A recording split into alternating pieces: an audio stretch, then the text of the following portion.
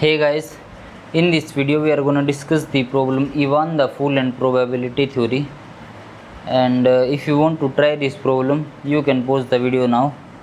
So let's start.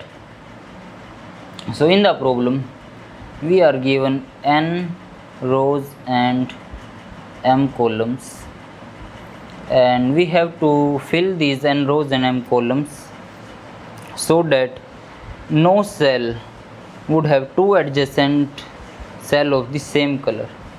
For example, if I take here, let's say if I fill this with green color, so now I can't take here green color because then this cell would have two adjacent cells of same color. So this is the problem, and I have to find total number of ways to fill this grid satisfying this property. Now how to do this problem? So first of all, we can see an observation in the problem, which is that if we fill out a row or column, then it would enforce the coloring on the whole grid. For example, if I make a grid here, now let's take some rows.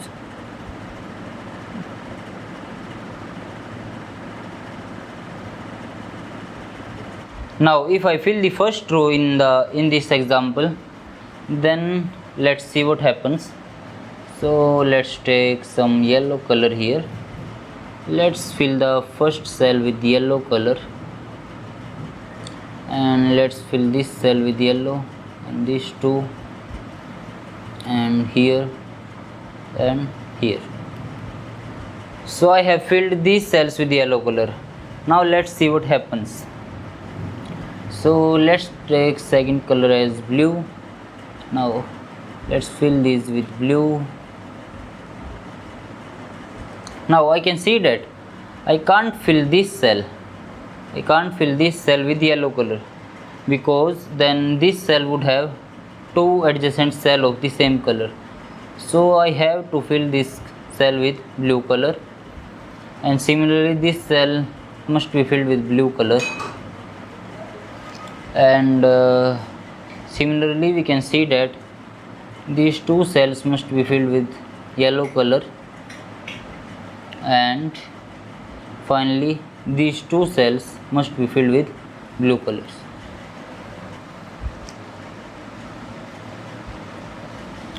So I have seen that these two cells enforce the coloring on the cells that are below these cells. Now let's see what color can we fill in this cell. So we can see that if I fill this with blue color, then this cell would have two adjacent cells of same color, and I can't let that happen. So I have to fill this with yellow color, because otherwise there would be three cells, or I say four cells with same color, and I can't have that in this problem. Now here also I can see that if I fill this with yellow color, then there would be three adjacent cells with same color. So I have to fill this with blue color. So now here also I have to fill this with yellow color. So and here I have to fill this with blue color. Similarly we can see that this must be filled with blue color, and these two cells must be filled with yellow color. So and this must be filled with blue color, and these two cells must be filled with yellow color, and similarly we can see that this must be filled with blue color. And here I can see that I can't fill this cell with a yellow color, so I have blue color, so I have to use yellow color. Now this must be filled with blue color, so and this must be filled with blue colors, and this must be filled with yellow color, and here too must be yellow color, and at last we must have a blue color here. So we can see that if I fill the first row satisfying the rules, then this will enforce the coloring of the whole grid. So if I find number of ways to fill this first row, number of ways to fill this first row, let's say these are y, then my total number of ways to fill this whole grid would be y. And similarly, if I find the number of ways to fill the first column, then my total number of ways would be, let's say this is x, and total number of ways would be x. So in total I would have x plus y ways.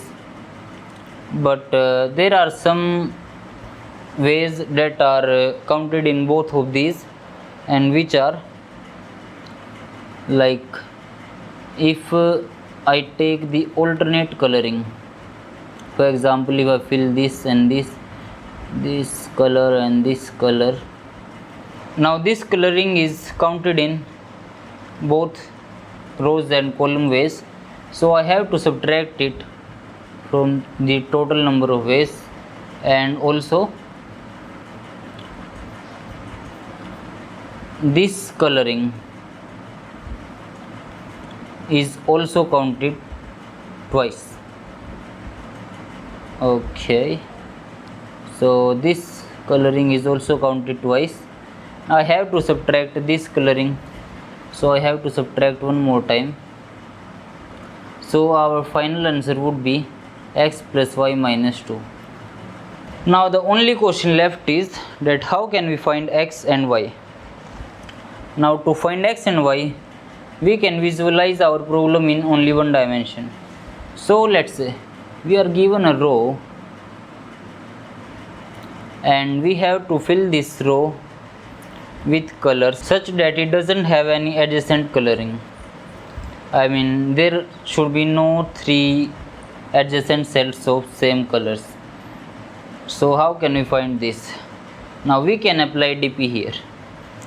So how can we apply dp? So first of all, we have to find state of our dp.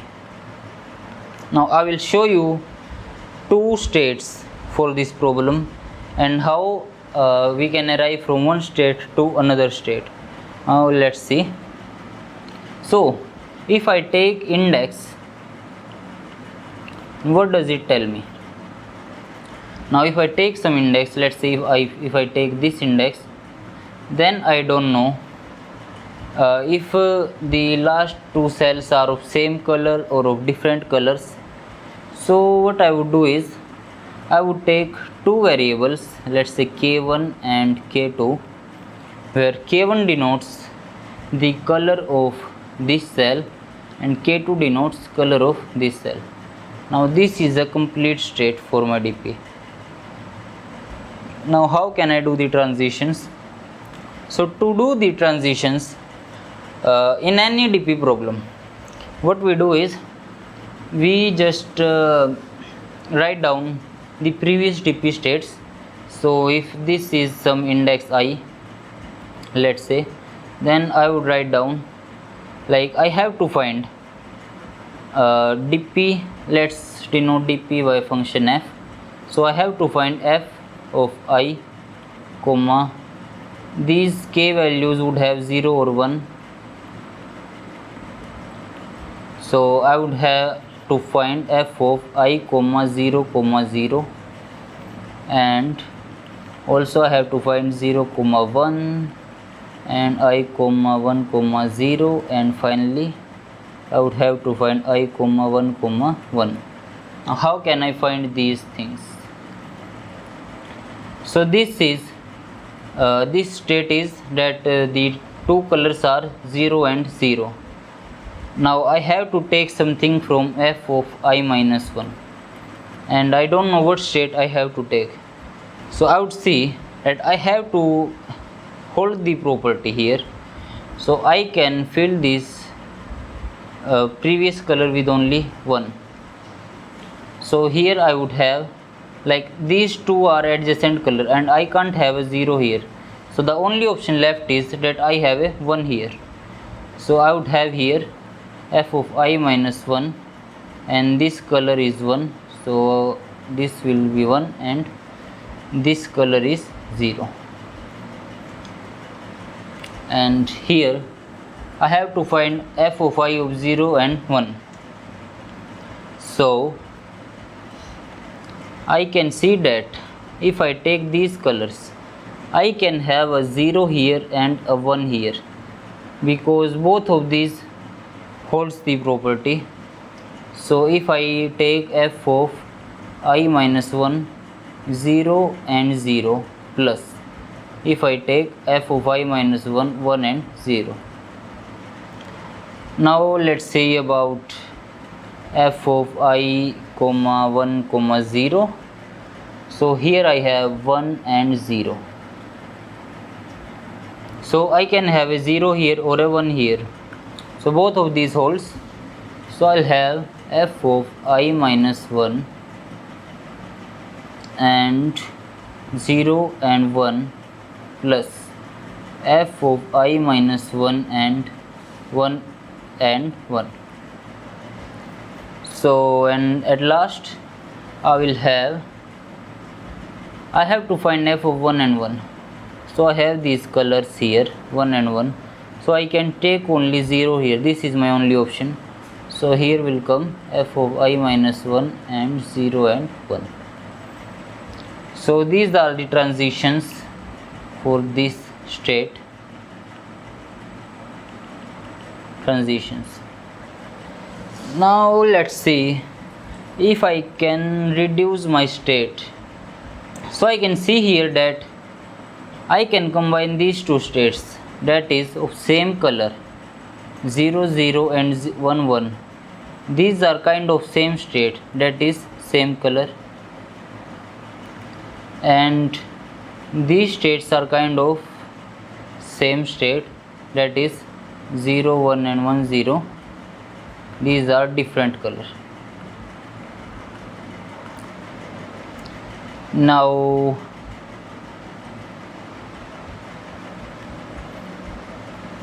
so how can I reduce this state now? So let's make a new state, that is if I take an index and some variable k, where k equals to 0 denotes that the last two colors were same, and k equals to 1 denotes that last two colors were different. Now let's see. So now I have to find f of I comma 0 and f of I comma 1. So 0 means I have the last two colors same. So here can come 1 and here can come 0. So these come in the different state now. So here I will have f of I comma 1, because these are the only two options here, and these both come in the f of I minus 1 comma 1. Here should come I minus 1. What about f of I comma 1? So here I will have something like 0 comma 1 and 1 comma 0. So here we can have 0 comma 1 and 1 comma 0. So we can see that these two combine to become a same state, and these two here combine to become same state. So I'll have f of I minus 1 comma 0 plus these two and these two combine to become different state. So I'll have here f of I minus 1 comma 1. So now these are the transitions for my new state. Now let's write down some cases here. Let's say if I have a number of cells in our row equals to 7. How can we fill out these 7 cells?